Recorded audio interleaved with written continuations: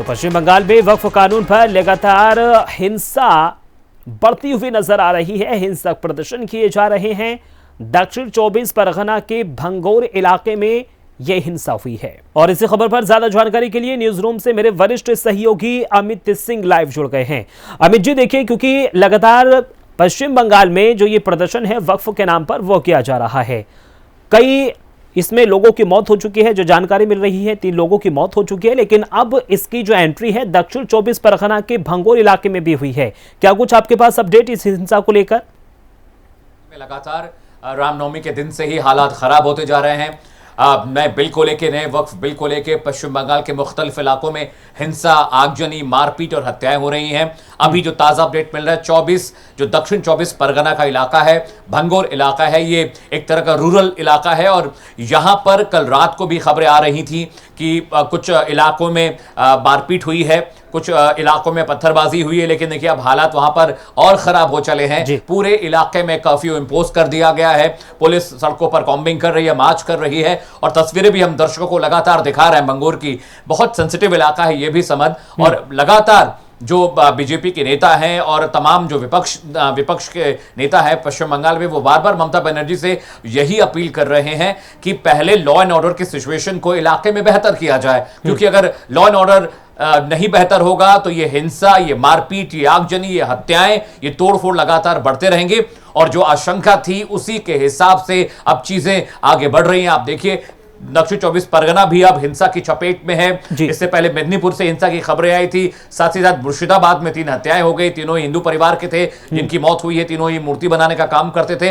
तो वक्फ बिल को लेकर जो मनमानी हो रही है पश्चिम बंगाल में, लॉ एंड ऑर्डर सिचुएशन हाथ से निकल चुका है। जो पश्चिम बंगाल की जो कोलकाता पुलिस है वो चीजों को कंट्रोल नहीं कर पा रही है। ऐसे में मुख्यमंत्री ममता बनर्जी को आगे आकर स्ट्रिक्ट एक्शन लेने की जरूरत थी। क्योंकि जो हिंसा एक इलाके से शुरू हुई अब वो धीरे धीरे बदस्तूर जारी है और भी जो इलाके उनको अपनी चपेट में ले रही है। ऐसे में पुलिस को सबसे पहले सख्ती दिखाने की जरूरत है। और मैं बताऊं कि 2-3 बड़े अपडेट ये भी हैं कि केंद्र सरकार इस पूरे मामले को मॉनिटर कर रही है। और बहुत मुमकिन है कि एक कमेटी पश्चिम बंगाल जाए जो इस पूरे मामले की तफ्तीश करे। साथ ही साथ पैरामिलिट्री फोर्सेस को, सीआरपीएफ के फोर्सेस को, अतिरिक्त जवानों की टुकड़ी अब पश्चिम बंगाल के अलग अलग इलाकों में भेजने की योजना सरकार बना रही है। क्योंकि देखिए लगातार प्राइम न्यूज बिल्कुल लगातार इसे कवर कर रहा है। इसकी कवरेज अब दर्शकों तक पहुंचा रहे हैं। और अभी जो इम्कान है वो ये कहता है कि उम्मीद ये है कि आने वाले वक्त में हालात और ज्यादा खराब होंगे। दक्षिण 24 परगना के भंगोर इलाके की तस्वीरें हम दर्शकों को दिखा रहे हैं। लेकिन समझ हालात सच में ठीक नहीं है। भले ममता बनर्जी बार बार ये दावा कर रही हो मीडिया के सामने कि सब कुछ कंट्रोल में है, लेकिन there is nothing in control. लेकिन सवाल यह है अमित जी, क्योंकि राज्य की कमान सब जब ममता बनर्जी संभाल रही है तो आखिर ये जो स्थिति है वो तनावपूर्ण क्यों होती जा रही है? क्यों ये जो पूरा सिस्टम है वो क्यों काम नहीं कर पा रहा है? देखिए समझ, राज्य सरकार जो लॉ एंड ऑर्डर होता है वो राज्य सरकार का सब्जेक्ट है। और अगर ममता बनर्जी को लगता है कि जो भी एक्शन उन्होंने अभी तक लिया है उसके हिसाब से चीजें अगर मुफीद नहीं बैठ रही हैं, चीजें कंट्रोल में नहीं है, तो मुझे लगता है कि एक्शन थोड़ा सख्त करने की जरूरत है। सिर्फ बातों से काम नहीं चलता। दंगाई बातों को नहीं समझते, दंगाई मशवरों को नहीं समझते। एक्शन लेना पड़ता है। जब उनके अंदर दिल में डर होगा तभी वो जाकर अपनी आगजनी, मारपीट की घटनाओं पर विराम लगाएंगे। लेकिन मैं आपको बताऊं कि अगर यही कमोबेश बदस्तूर यही हालत रही पश्चिम बंगाल में, कोलकाता में, आसपास के इलाकों में, तो मुझे लगता है कि केंद्र सरकार को वहां पर एक्शन लेना पड़ेगा। और अभी जो आईजी जोन और डीआईजी की जो रिपोर्ट है उसके मुताबिक वो ये कह रहे हैं कि हमने एक्स्ट्रा डिप्लॉयमेंट पुलिस की है। लेकिन पुलिस अगर कंट्रोल में सब कुछ कर पाती समझ, तो शायद अब तक चीजें वहां पर कंट्रोल होती। There would have been a better situation in Kolkata. लेकिन अभी यहां पर हालत बहुत खराब है। और देखिए जो घटनाएं मुर्शिदाबाद से शुरू हुई थी अब वो धीरे धीरे मेदिनीपुर पहुंची है, दक्षिण 24 परगना पहुंची है, अभी भंगोर के इलाके में है। और वो जो आग बढ़ती रहेगी क्योंकि जो दंगाई हैं, जो मारपीट करने वाले लोग हैं, जो आगजनी करने वाले लोग हैं, जो पब्लिक प्रॉपर्टी को नुकसान पहुंचा रहे हैं, शायद पुलिस अभी उन्हें कंट्रोल नहीं कर पा रही। उनके मन में कोई डर नहीं है और शायद इसीलिए वो बेपरवाह होकर इस तरह की चीजों को अंजाम दे रहा है। अमित जी, सवाल ये भी है कि क्योंकि कुछ लोग ये भी मान रहे हैं कि जिस तरीके से ममता बनर्जी लगातार ये बयान दे रही हैं कि हम ये जो वक्फ कानून है वो पश्चिम बंगाल में लागू नहीं होने देंगे। अगर ममता बनर्जी की ओर से कहा जाता है कि आप शांति व्यवस्था बनाए रखिए, हम केंद्र से इस पूरे मामले में बातचीत करेंगे, लेकिन ममता बनर्जी भड़का रही हैं कहीं ना कहीं, ये भी लगातार माना जा रहा है।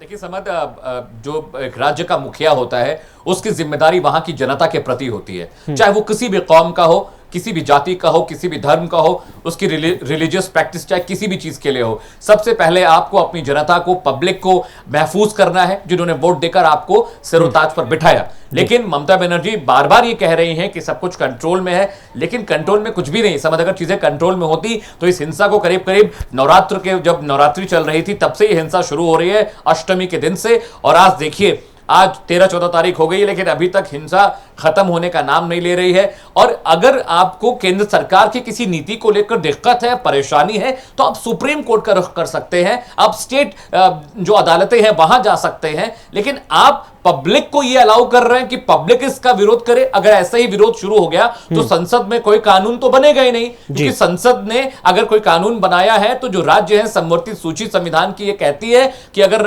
पार्लियामेंट ने कोई बिल पास किया है तो सभी राज्यों को उसे फॉलो करना पड़ेगा।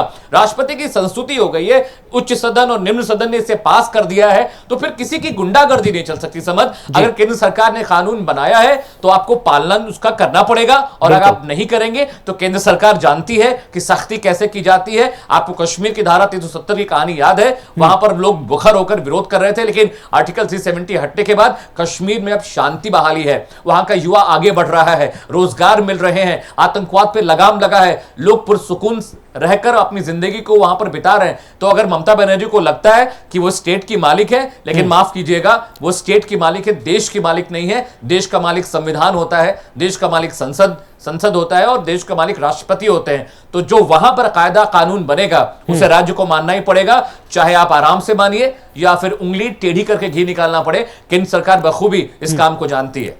बिल्कुल, क्योंकि केंद्र सरकार भी लगातार पूरी हिंसा पर नजर बनाए हुए है। आपको नहीं लगता कि केंद्र को अब यहां पर कड़ा रुख अपनाना चाहिए?